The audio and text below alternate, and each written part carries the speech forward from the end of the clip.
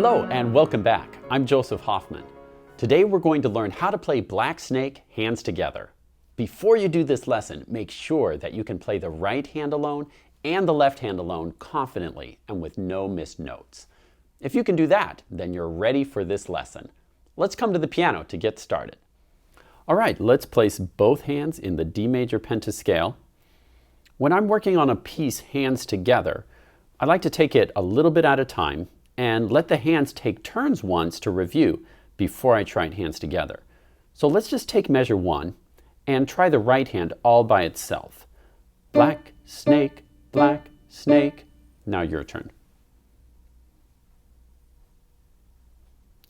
Next, let's review the left hand in measure 1. Black snake, black snake. Now your turn. Good, now let's try putting that hands together. My turn first. Let's go really slow the first time. Black snake, black snake. Now, press pause and try that 3 or 4 times by yourself. Remember your staccatos, and once you can do it confidently, press play to go on.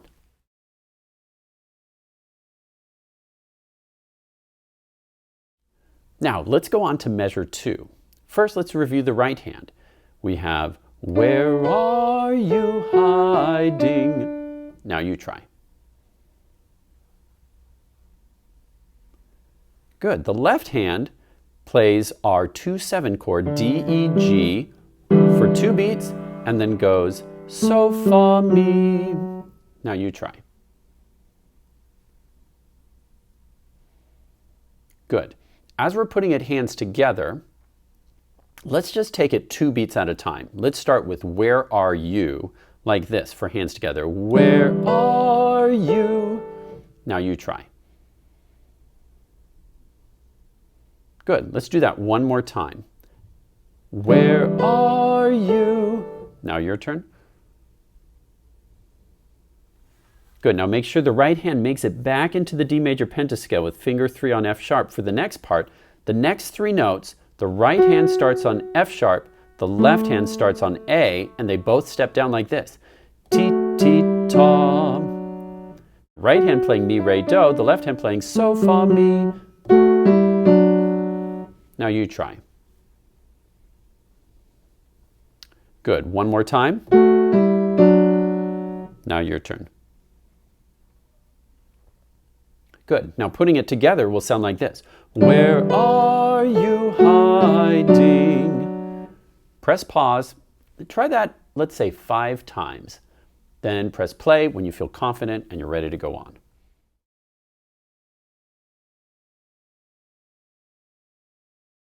Great. Now, let's try going on to measure 3. Very similar to measure 1, as you know, but this time the right hand starts on finger 3. Black snake, black snake. Now you try.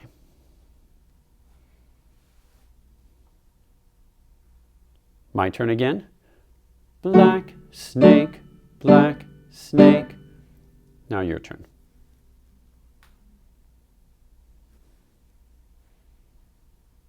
Good, now let's look at measure 4 and review the right hand once. This time, remember, we start on finger 2, which is playing E. We skip up to B.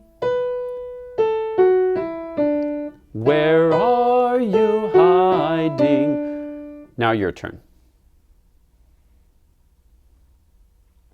Good, now the left hand plays a 5/7 chord for 2 beats. 1, 2, and then ti, ti, ta. Your turn.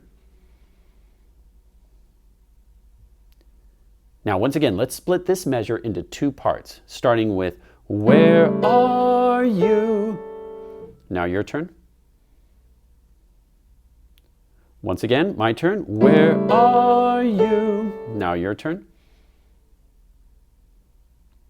Good. Then hiding is same as before. Hiding. Your turn. Good. Now putting it together, we get, where are you hiding? Now press pause and try that 5 times until you're confident, then press play when you're ready to go on.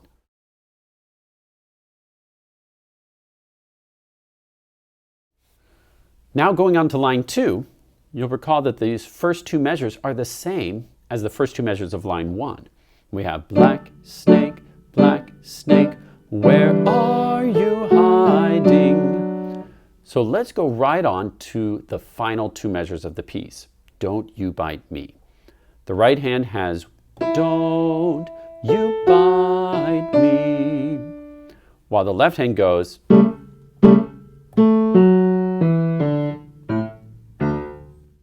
Let's break this up and just start with the first two beats on the word don't. The right hand's on E, the left hand plays 2 5/7 chords, and together it sounds like this. Don't. Now your turn. Let's try that one more time. Don't. Now your turn. Then on You Bite Me, the hands play together. You bite me. Both hands play the exact same melody, one octave apart. You bite me. Now your turn. Good, now let's put that together. Don't you bite me. And then what happens is the left hand shifts down an octave and goes so, do, with 2 staccatos. All together we get, don't you bite me. Now press pause and practice the last two measures, five times or even 10 times. Basically until you feel confident, then press play when you're ready to go on.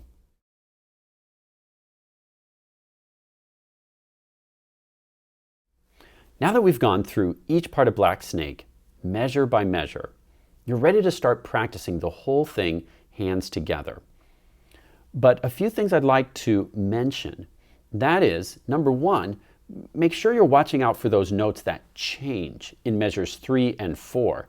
Like when the right hand goes mi, do, do, do, and then it goes up to re, re, la, so, mi, re, do. Because that's a little different from the pattern in measures 1 and 2, it's easy to get mixed up there. So make sure you're being careful. Number 2, please be paying attention to the staccatos and the dynamics to make this a really exciting, interesting performance. We start off mezzo forte with staccatos. And then in this measure you'll see a crescendo, so we're going to get louder as we go up to the B. And then it decrescendos a little bit on hiding, where are you hiding? Putting all of those things into your music will make it a really exciting, great performance. Now, I'll play the whole thing start to finish, hands together, and if you like, you can try playing along, or if you want to just listen, that's fine too. I'll count 4 beats. 1, 2, 3, 4.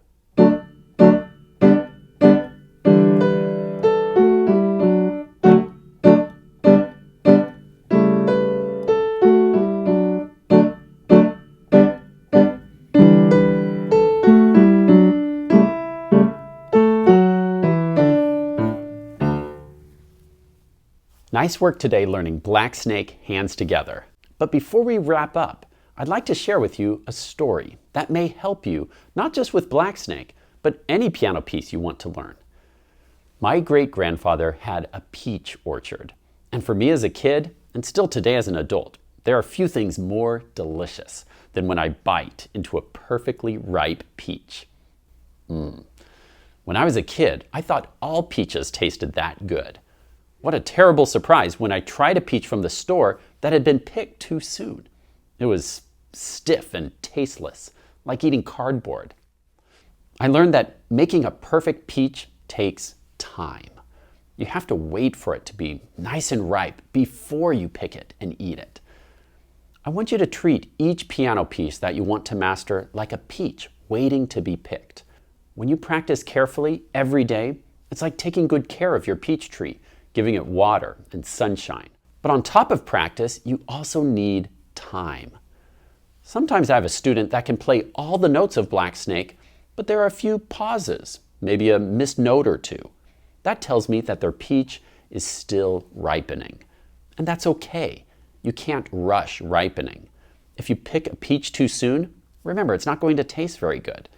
It can take days or weeks for a peach to fully ripen. So give yourself time when you practice. Practice every day. And even if it takes a few weeks, you can get Black Snake to be fully ripe, which means it will sound confident and amazing.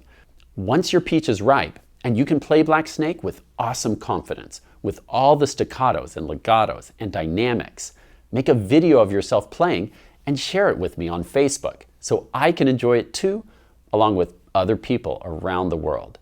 Thanks for watching, and see you next time.